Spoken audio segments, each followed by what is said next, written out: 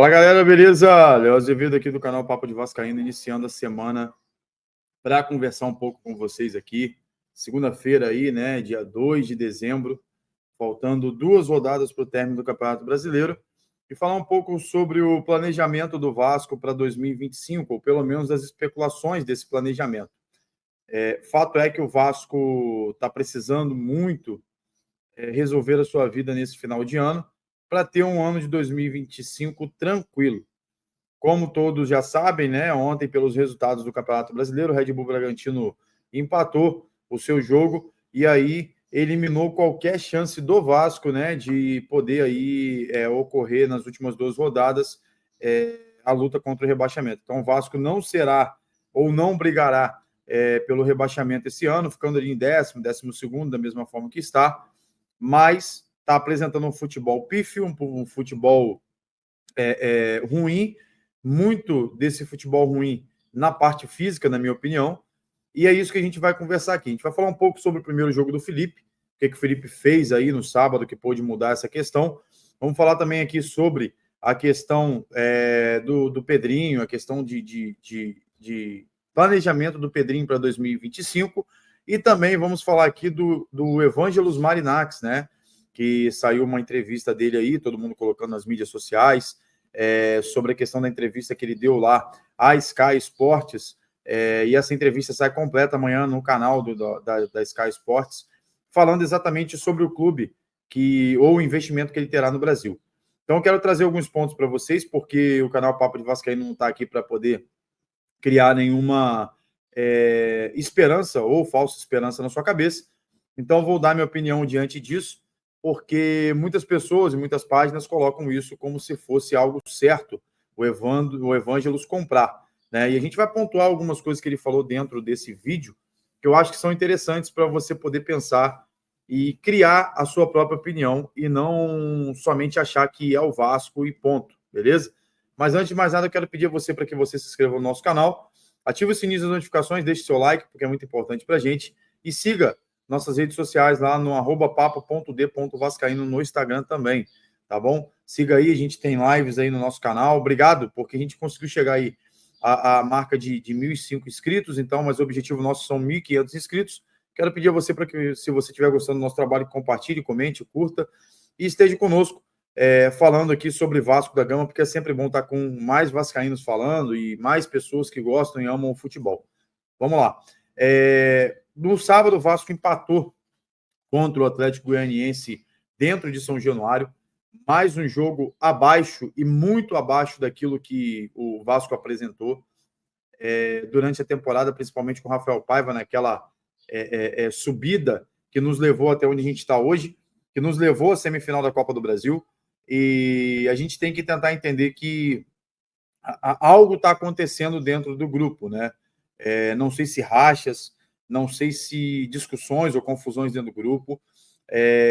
O problema até então era o Rafael Paiva, mas a gente viu que mesmo mudando esquema tático, o Felipe, e aqui não jogando culpa no Felipe, porque o Felipe teve 3 treinos para poder colocar o time em campo e fazer o time jogar da forma que ele quer, ele não vai conseguir fazer o time jogar da forma que ele quer nesses 3 jogos. É muito pouco tempo para você ter aí uma mudança, né? Ou principalmente com o elenco que a gente tem, que é um elenco limitado, e o Vasco precisa rever alguns conceitos e trazer algumas situações que possam melhorar isso de alguma forma. Uma delas é você pensar já num técnico para 2025, um técnico importante, um bom time começa com um bom técnico, sem dúvida nenhuma, e esse bom técnico traz boas peças para que possa adequar o seu jogo, né? A gente sabe que o Vasco estava na procura aí do Luiz Castro, não sei como é que está essa situação nesses últimos dias. O Felipe, dentro do jogo, mudou aquilo que ele pôde com o que ele tinha em mãos. O Alex Teixeira, para mim, realmente foi o melhor da partida, entrou, resolveu o que tinha que resolver, chamou o jogo para ele, chamou a responsabilidade para ele. Só que as pessoas estão falando muito da parte técnica do Vasco e esquecendo da parte física. Na minha visão, e aqui uma visão assim de um cara leigo totalmente, né? Não sou profissional de preparação física, mas a minha visão e que eu entendo é que a preparação física ela acaba acarretando e mostrando outros erros que vêm acontecendo.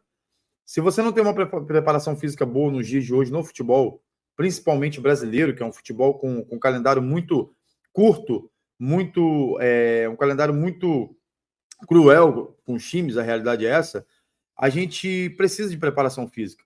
A gente precisa de peças de reposição. E é nítido que o Vasco, os jogadores chegando atrasados nas bolas, os jogadores não conseguindo correr, às vezes 20 minutos e cansando. Você observou e o Hugo Moura com uma queda de rendimento absurda, o Coutinho se arrastando em campo, outros jogadores também, como o Piton, caiu de produção absurdamente. Então, assim, são caras que tinham uma preparação física muito boa, vinda da comissão do Ramon Dias, que no caso é o Diego Pereira, e caiu agora com o Daniel Félix. Ponto. Ariel, você está querendo dizer que o Daniel Félix é o culpado? Não, mas é nítido que a preparação física está ruim, tá? A preparação física está ruim, não está dando certo, pelo menos essa ideologia de trabalho, talvez, que o Daniel Félix tem implementado ou implantado lá dentro do Vasco. E é isso um ponto que o Pedrinho tem que rever. Porque o Felipe mudou, trouxe outros jogadores, colocou o Ryan também cansou, depois saiu por uma pancada, o Leandrinho tá também embaixo de produção, e aí você vai falar assim, pô, mas tá no final da temporada. Cara, você não conseguir correr mesmo no final da temporada, tem muito time aí que tá voando baixo ainda. Botafogo, um exemplo disso, o Flamengo consegue ter uma preparação física boa, o Internacional tem uma preparação física boa, então não é questão de você olhar e ver que está no final de temporada, porque isso está acontecendo com o Vasco. O próprio Atlético Goianiense, se você olhar, a preparação física dos caras estão melhor. Eles estavam mais inteiros no jogo. Tiveram chance de fazer 3-1 ali e matar, sacramentar o jogo. Só que o Atlético também tem um outro problema, e que foi fator positivo para a gente. O Atlético começa os jogos bem e no segundo tempo cai de produção nos jogos. A maioria dos jogos que o Atlético fez foi assim. Por isso que o Atlético hoje está nessa situação. E o Vasco só está numa situação melhor, um pouco, porque teve essa arrancada aí que o Vasco concretizou nesses últimos tempos.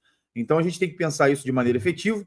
Eu acho que o Vasco tem que pensar numa preparação física diferente para 2025, começando pelo técnico, depois preparação física, porque você viu que a parte técnica ficou para trás durante o jogo, devido à preparação física. Os jogadores não conseguiam chegar no tempo de bola, faziam muita falta, estava espaçado, não tinha triangulação. Teve um momento que eu vi ali que o Puma pegou a bola, cara, não tinha ninguém encostando nele.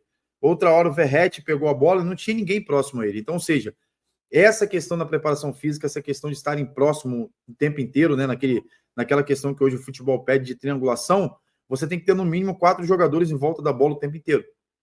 E aí o Vasco não tem nem 2 para fazer a tabela tradicional. E aí o que a gente pode fazer? Né? Tem que ser pensado isso. Outro detalhe interessante é que todo mundo está falando aí do Evangelos Marinax, né? Que é o grego, todo mundo sabe, dono aí do Olympiacos, dono do North Forest da Inglaterra, e que quer investir no Brasil num grande clube. Ele citou que tem que ser um investimento alto na entrevista que ele deu à Sky Sports, citou que tem que ser algo importante num clube grande do Brasil. E se a gente pensar racionalmente na Série A, o único time que está precisando de compra hoje é o Vasco, que é uma SAF. O Botafogo está muito bem estruturado, o Cruzeiro foi comprado agora há pouco tempo, né? O Ronaldo vendeu aí para o dono dos mercados BH e ele comprou o Pedrinho, né? Comprou o Cruzeiro. Outras SAFs no Brasil, Bahia, o Grupo City não vai sair do Bahia. Então, se nós formos pensar a título de será que é o Vasco? O que eu quero trazer para você é o seguinte: não se iluda com essas notícias. Não se iluda que o cara vai chegar e vai comprar ou amanhã vai falar que é o Vasco. Porque às vezes você cria uma falsa esperança e amanhã não vai ser o Vasco. Pedrinho já falou na entrevista coletiva que existe uma cláusula, que me fugiu a memória agora, que não permite falar com quem eles estão investindo. E assim também é com o investidor. Não espere amanhã na entrevista coletiva, que todo mundo está colocando que amanhã ele vai revelar qual o time. Ele não vai poder revelar isso enquanto não tiver concretizado. Ele só vai revelar amanhã se realmente já tiver certo o time que ele for comprar no Brasil, ou se ele já tiver fechado o negócio. Porque antes de fechar, ele não pode falar sobre isso. Pedrinho citou sobre isso, a gente sabe que não pode, existem cláusulas contratuais de confidencialidade que não podem ser ultrapassadas e retiradas pelo negociador e nem pelo negociante. Então, ou seja, não espere amanhã, nessa entrevista que o Evangelos vai passar completo na Sky Sports, que o Evangelos vai falar, né, sobre a questão do Vasco. Talvez ele dê indícios daquilo que ele vai fazer, mas ele não pode falar abertamente, a não ser que o negócio esteja fechado. Ou a não ser que seja uma surpresa para todo mundo, amanhã ele anuncia lá, o Pedrinho anuncia aqui, e comprou o Vasco e foi. O que eu acho muito difícil nesse momento, porque o Vasco precisa ter cuidado realmente com isso, né, para poder não enganar o seu torcedor mais uma vez, como foi enganado pela primeira vez, e também não fazer o seu torcedor sofrer mais uma vez sem um investidor correto, justo e sério, assim como foi o Testo no Botafogo, e o resultado está aí, a gente pode observar. Ah, mas o cara gastou demais. Não interessa, irmão. O dinheiro é dele, ele faz o que ele quiser. Ele fez um timaço, o time correspondeu e agora vai brigar pelo brasileiro após ser campeão da Libertadores. Além disso, eu quero deixar aqui os parabéns ao Botafogo, Clube de Regatas, Botafogo de Regatas. Quero deixar aqui os parabéns aos torcedores botafoguenses, né, que foram muitos anos também de sofrimento nesse sentido e conseguiram hoje um título de maneira justa, de maneira honesta e de maneira, sim, com profissionais dentro do clube sendo SAF. O Botafogo, em menos de 2 anos, se torna campeão da Libertadores. E é esse tipo de investimento que a gente quer, igualar o futebol brasileiro. Que venha alguém também no nível do Testo para o Vasco, com a seriedade do Testo também, e com a disponibilidade do Testo, porque o Testo vive o dia a dia do Botafogo. Ele não estava afastado do Botafogo, né, igual a 777 ficava com o Vasco.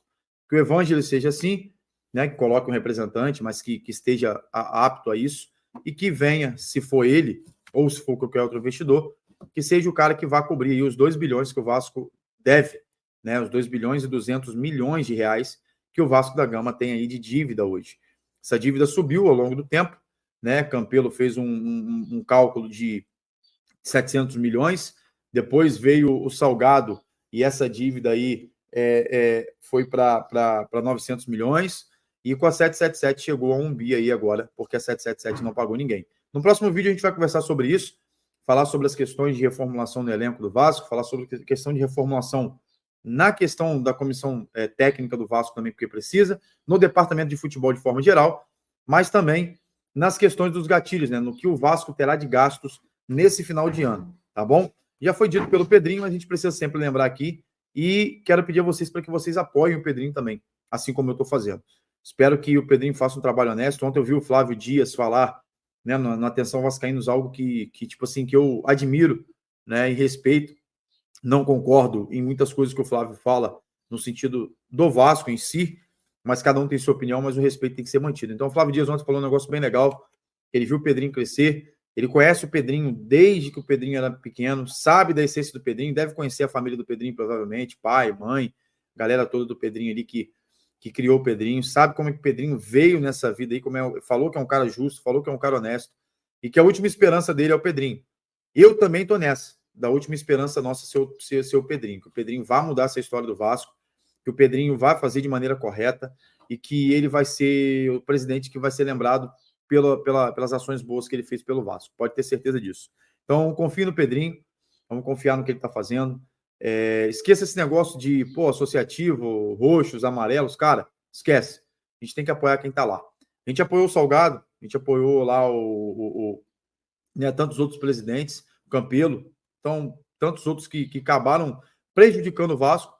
Por que não agora confiar no Pedrinho, né? Por que levar para o lado da política agora? Então, peço só vocês, confiem no Pedrinho também, assim como ele está confiando na gente, na torcida. Eu tenho certeza que ele vai dar uma resposta positiva para a gente. No momento certo, as coisas vão acontecer. E é isso. Esse foi o vídeo da manhã. E quero pedir a você para que você não se esqueça de se inscrever, deixar seu like, compartilhar, porque é muito importante para a gente, para o crescimento do canal no YouTube. Valeu? Se estiver gostando do nosso trabalho, a gente está aí para poder falar de Vasco da Gama. Tamo junto. Saudações vascaínas. Léo Azevedo. Até o próximo vídeo, se Deus quiser.